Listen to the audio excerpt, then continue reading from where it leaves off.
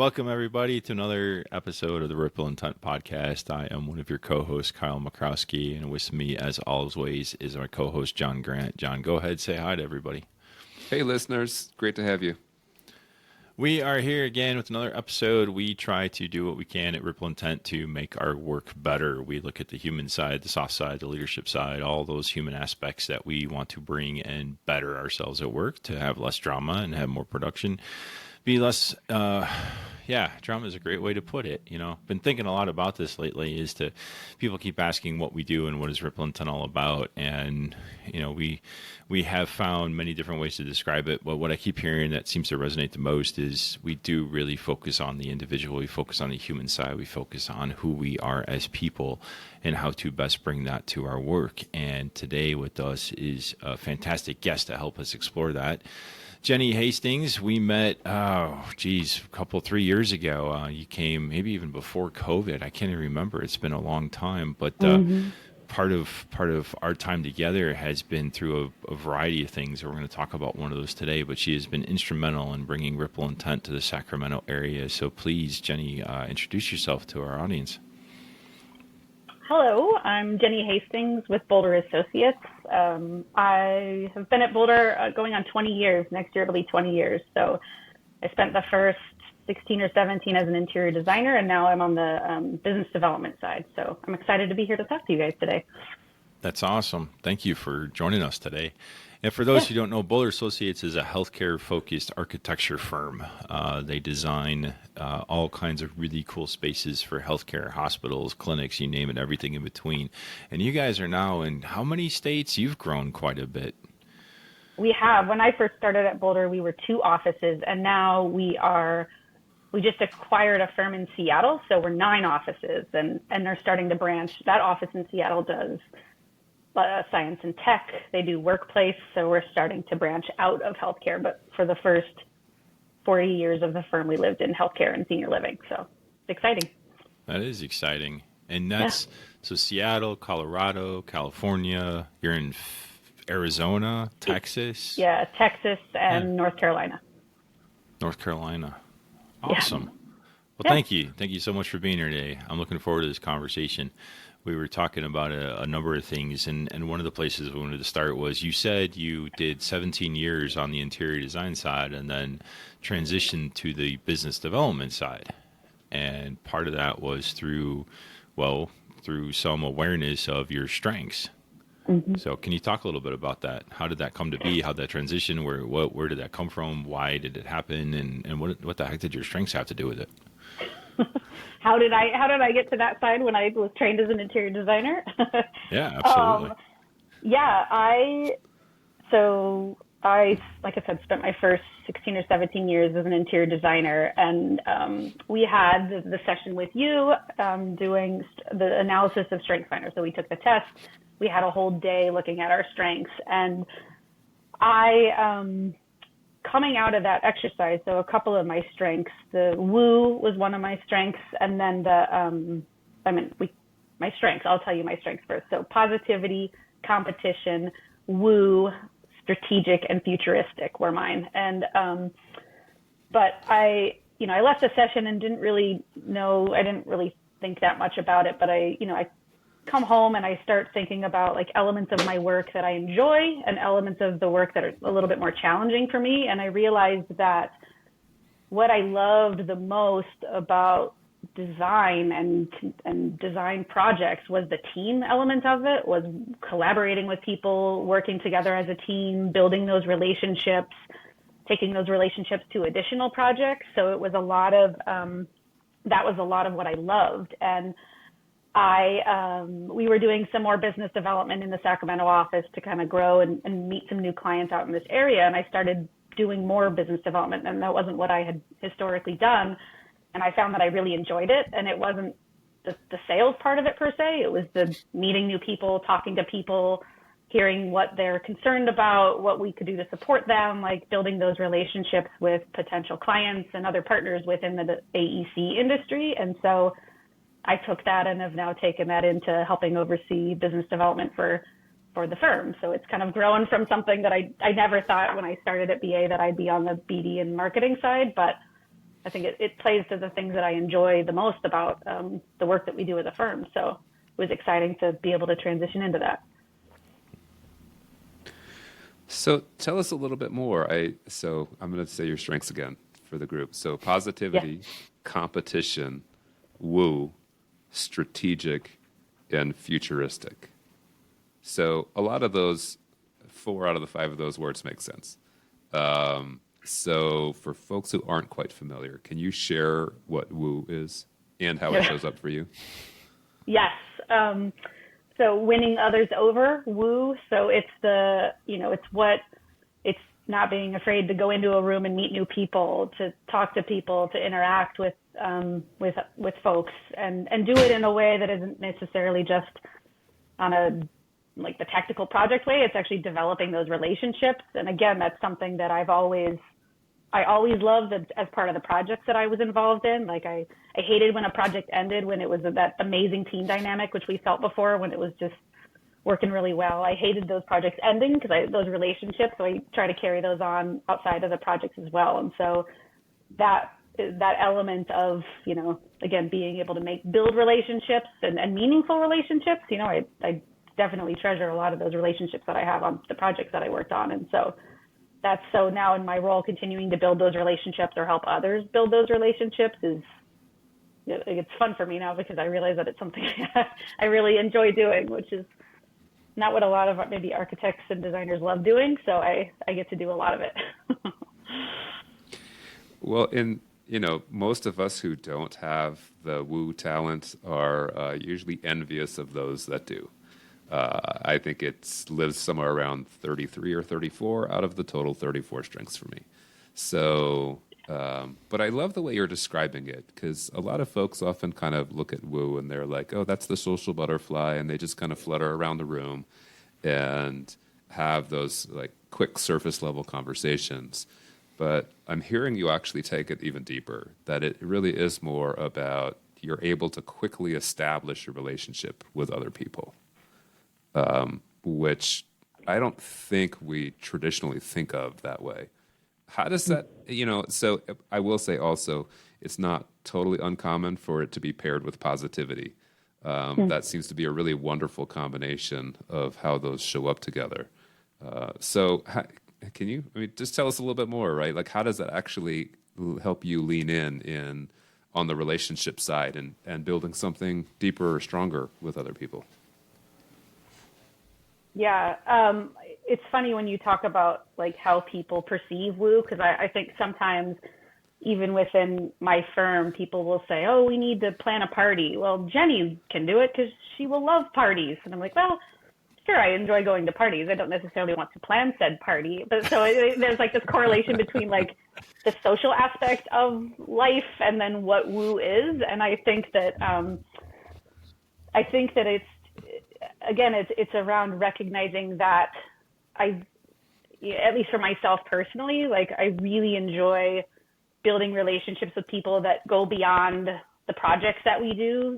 It's like, how do you get to know people at a level where, I don't necessarily need to go on vacations with them on the weekends, but knowing like who they are and what they enjoy, and maybe elements of them outside of work. Cause I feel like who we are, in our world outside of work shows up in the work and in the projects that we do. And so I think that it's building those relationships has just always been really important to me. And I think that we sometimes, I was listening to one of the episodes, Kyle, and you were talking about how it's, sometimes people say, well, why do we need to worry? People can go in and build projects. We don't need to get to know one another, right? We're designers, we're architects, we're contractors, we know what to do, let's just go. But so much of that, which is I think why I've always resonated with Ripple Intent, so much of what we do is reliant on how we relate to one another. And so I think just understanding our team members at a level beyond, you are an architect, you are an engineer, you are a designer, is incredibly important in what we do. And so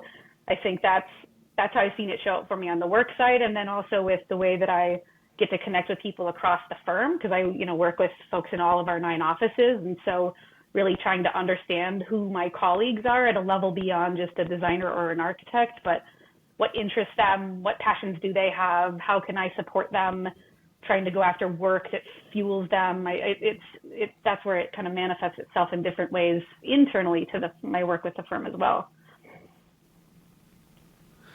Well, and so you also said that number two for you was competition.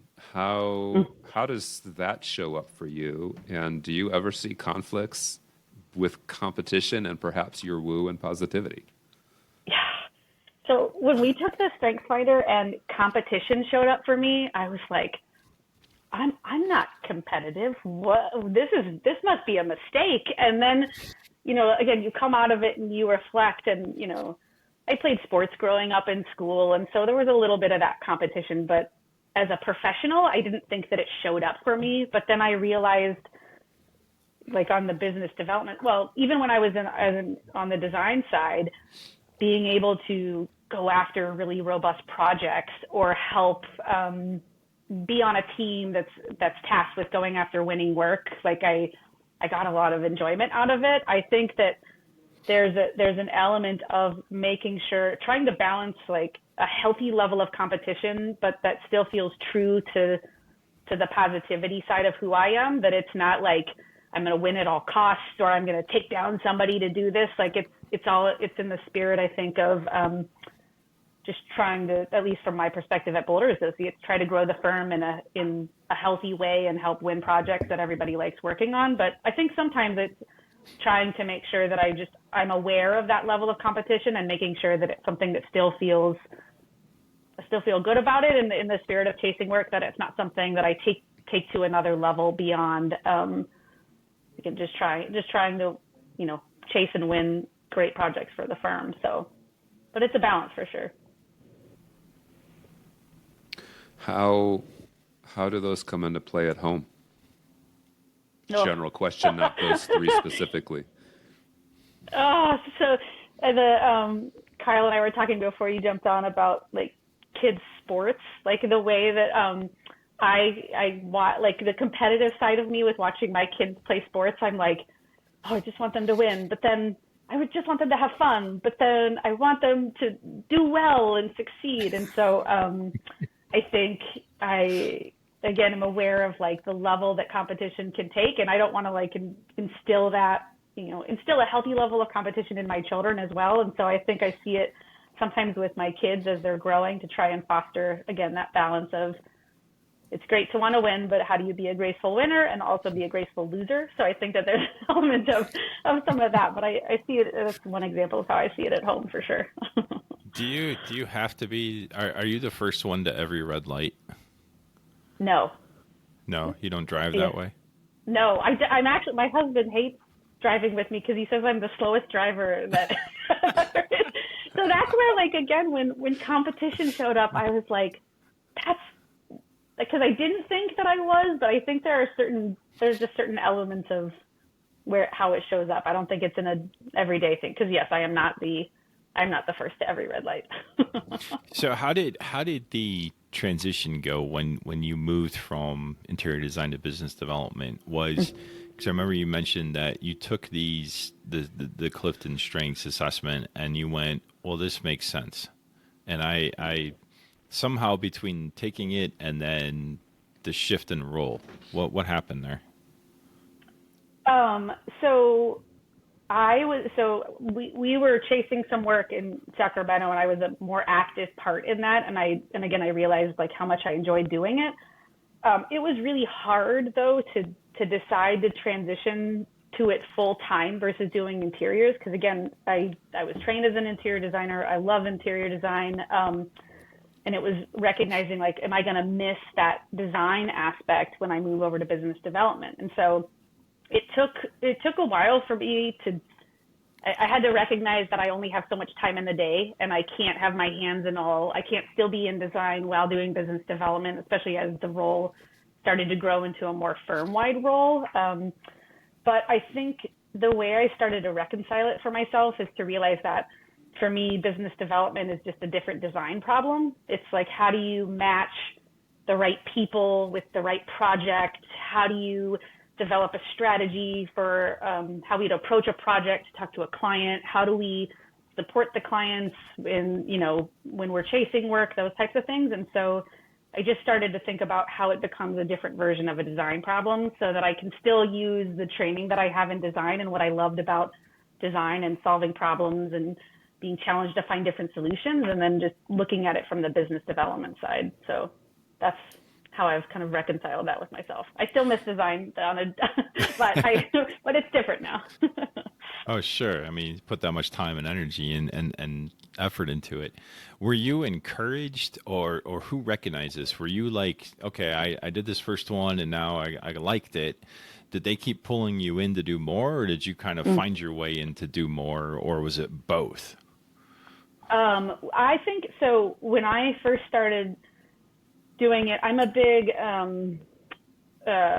systems, like I did a lot of projects that were run with like integrated project IPD projects with client out here in Northern California. So that kind of lean thinking, problem solving aspect was what I had done in my work. And so when I went to do more business development, I started taking some of those systems, like tracking commitments, looking at how we manage the success of our business development teams. And so put some systems in place in Northern California that ended up being pretty successful in getting some new clients, getting some new work into the Northern California market. And so our executive vice president, who is based out of San Francisco, he and I were working together, and just I think he recognized that, hey, maybe we could take this and take it down to one of our other offices. And so I started working with our Dallas office a little bit, started to see some growth there, again, by taking some of the systems that I had applied in Northern California and moving them. And so then it kind of just grew from there, recognizing, because we didn't have a firm-wide business development director before. And so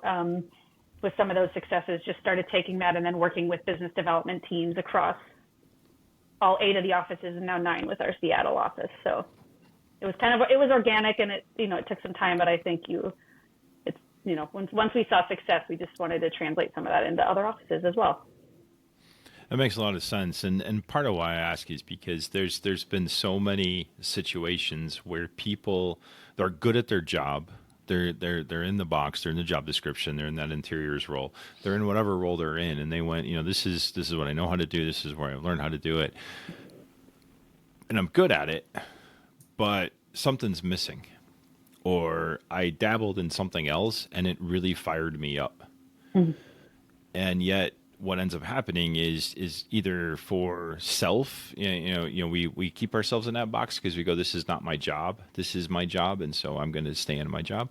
Or it takes either some element of ourselves, I don't want to say courage, because it doesn't necessarily have to do anything with courage. Sometimes it can feel courageous, but it takes some sort of motivation, whether it's intrinsic motivation or somebody outside that pulling you, going, hey, I think you might do well here. Can you help with this? Or I'm supposed to do this aspect of my job, but this person over here is a heck of a lot better at it, so I'm going to give them that. And for whatever reason, we've been trained to feel guilty for that piece. Asking you to help on the pursuits. Some of those folks saw it as a selfish, I don't say selfish, they're doing it for self-interest, they're doing it for the firm's interest, they're doing it, hey, you're bringing value to this, but we're asking you to now do more work above and beyond your day job. And so there's some guilt with that. And I think we have all experienced that where, yeah, I'd love to help out, but now I'm overburdened. Whereas actually when you were doing those, my guess is you felt like this is really cool. And it really didn't matter how much time you were a part of that. It was just something that you were naturally wired to do. And like, this is fun. I could do this all day. Yes, I still have my day job, but I like doing this stuff. Yeah, I think that, Jon, you touched on it earlier when you, like, how does competition show up? And this idea of, like, the being in competition with yourself. And so I think sometimes in this, like I said, I've been at Boulder 20 years, almost 20 years. So it's like continuing to go and what's next? What's the next challenge? And I think that, I was fortunate that Boulder supported me kind of reinventing myself into this role, because it, again, wasn't where my training wasn't where they didn't hire me as a marketing person, right? And so being able to shift over to this space, I do think, to your point about kind of the guilt in that transition period, I think when I had to shed some interior design responsibilities and I was also involved more with we have a director of research who does research with us that I was involved with work with her. And so which these other things were also passions of mine. I really loved evidence-based design work and how did that infuse into our projects. But at some point, to your point, you only have so many hours in the day. And it was recognizing that in order to be my best self, I really have to commit to one lane. And because again, I'm not going to be any good to the firm and I'm going to stress myself out if I can't narrow my focus a little bit. But it was hard to reconcile because you think, oh, I got to, the firm expects me to do this, or I love doing this and I don't want to let my team down. I don't want to not support people in these things that I had been committed to. So there was that reconciling that guilt but then being able to be in that lane of doing what I loved, because it makes it to show up to work every day and get to do something that plays to your strengths is the best spot to be in, because it's what you are good at, what you love, and how do you take that and capitalize on it. But certainly guilt, I would say. I still feel some of that with not wanting to let people down, but you can only do so much.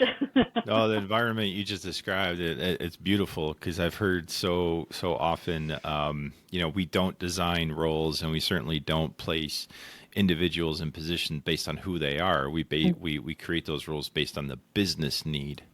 And it always is like a pang of, ouch, really? Are we really saying that? Because, the business is all about the people, yet we're going to craft roles and we're going to organize the structure based on what the business driver is. And it's like, well, can't the two exist? Can't they coexist? And it sounds like your transition was exactly that. It is a coexistence of, all right, we have multiple business needs, and we have this individual with this makeup of strengths and this desire, this high level engagement when you're doing these things. And so how can we craft and shape and take advantage of, I say take advantage in a very positive way, how can we align the work with the people who are best suited to do the work and have this tremendous amount of engagement with that work? And then how do we backfill whatever pieces and parts still have to be backfilled as you take on those roles and responsibilities? That's fantastic. So, of course, not to transition, but of course, what one of the results of all of this was, oh, sure, let's go ahead and bring Ripple Intent to Sacramento. Just, because I got nothing else to do. And that was in December. Time, right? No. Yeah, December 2021. And we were like, hey, let's make this happen. And we were like, oh, yes, of course. Why not? Yeah. So you got to expand a little bit on that. Where did that come from, and what drove that, and what got that started? Yes. Well, so Juan Ramos, who has been on the podcast before, he I think had reached out because you and Juan had been connecting about, hey, we're continuing to branch Ripple out into different areas, and so we thought, he had talked about Sacramento being an option. And I immediately, when he said that to me, I was immediately like, I'm in, sign me up. And I think so much of that was, the involvement with you at the Strength Finder session, what that had done for me personally, and how that had set me on this trajectory to be in a completely different space than I thought just by that whole day. It was like 8 hours of training that totally changed where I went. And so I obviously was like, I will absolutely support this and advocate for it. And I think the timing of it in Sacramento was great because there's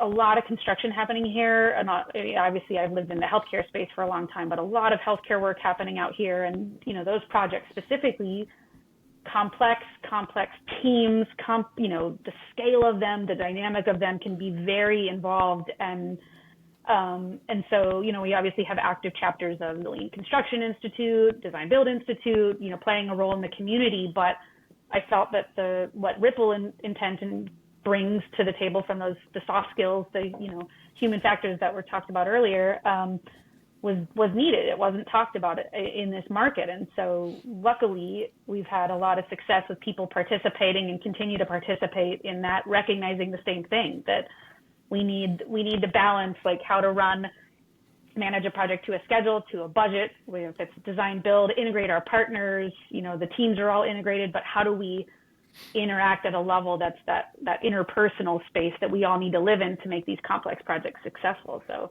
I think the timing of bringing it was great as well. I love that because you're strategic, and here you go, John, silver platter. You're strategic and you're futuristic. Jenny, were in full swing when this opportunity presented itself, and you were like, "Of course." Yeah.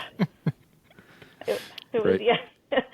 Yeah. I mean, it was just such a, it was a fortuitous thing. I think there's an element of the timing of that, but with how much is happening in this market, and also what I knew, because I was involved on the design side with in IIDA, International Interior Design Association, was involved in that for years. So I knew enough about the design community to know that Sacramento is a big city, but it's still a small AEC network of people. And so even as it grows, but I think people are very receptive to new ideas, new thinking. It's just, that's what I've always felt from the community, even when I was on the design side. So I think being able to bring this was just kind of that missing piece in this market for helping professionals grow in the work that they do.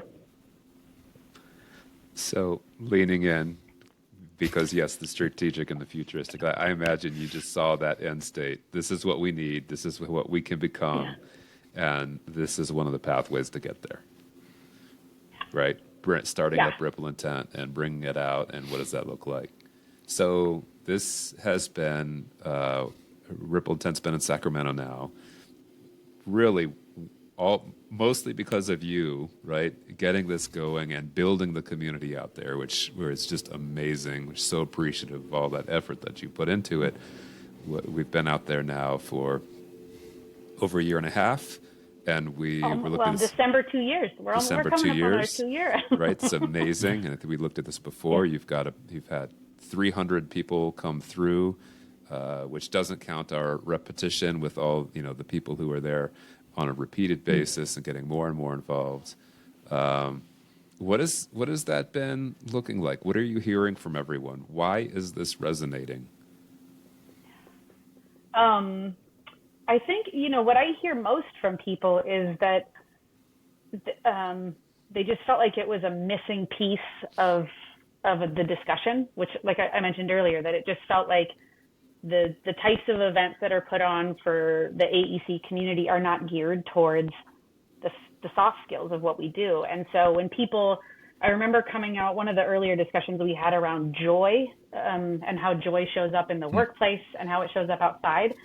Someone came up to me after the event and they were like, I can't believe we just spent an hour talking about joy.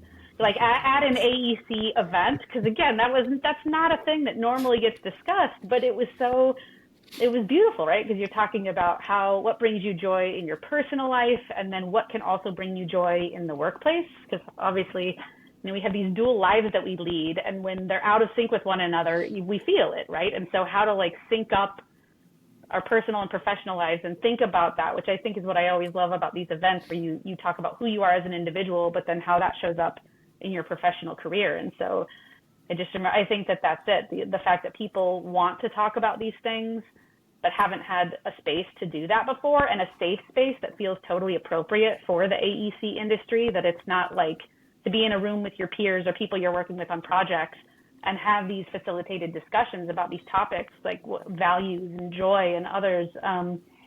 People want that. They want to have a safe space to talk about that. And I think it's healthy and it's fantastic that people have embraced it out here. I love that. I think I was there for the joy conversation.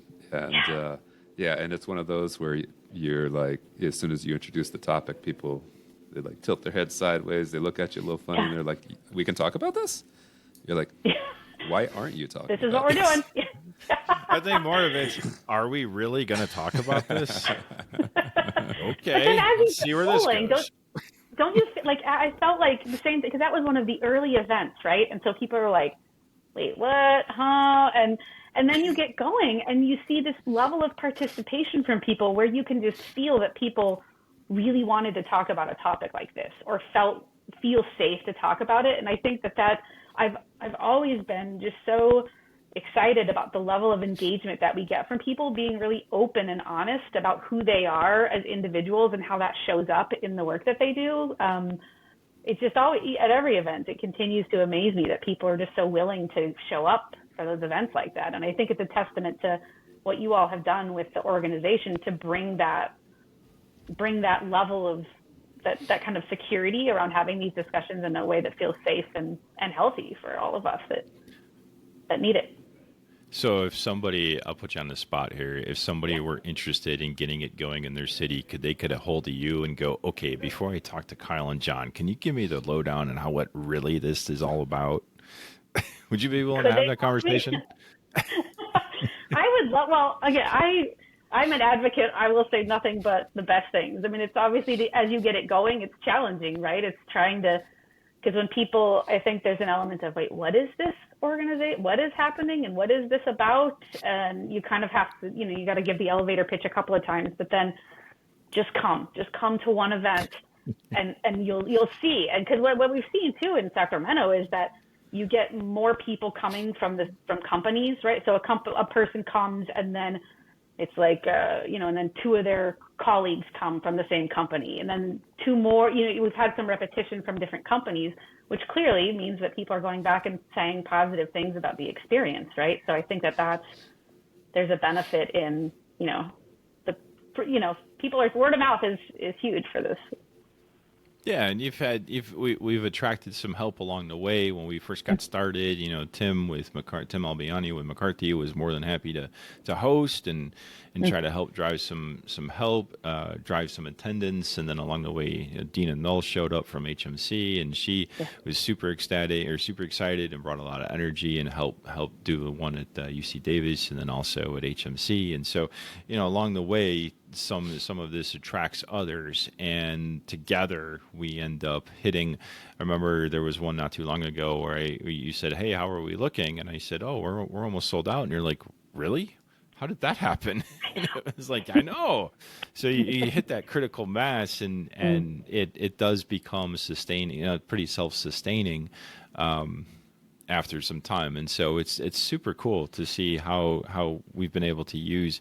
Well, here's what Jenny and the folks in Sacramento have been able to do as kind of if we can replicate that, we can be successful where you're at. So really appreciate all your effort and energy and just go back to your positivity. It's been fantastic to keep this thing going. We could certainly keep going, but we are just about out of time. Before we do go, I want to ask each of you, so after this conversation today, what's one thing that you'd want our listeners to be leaving with? I'll start with you, Jenny.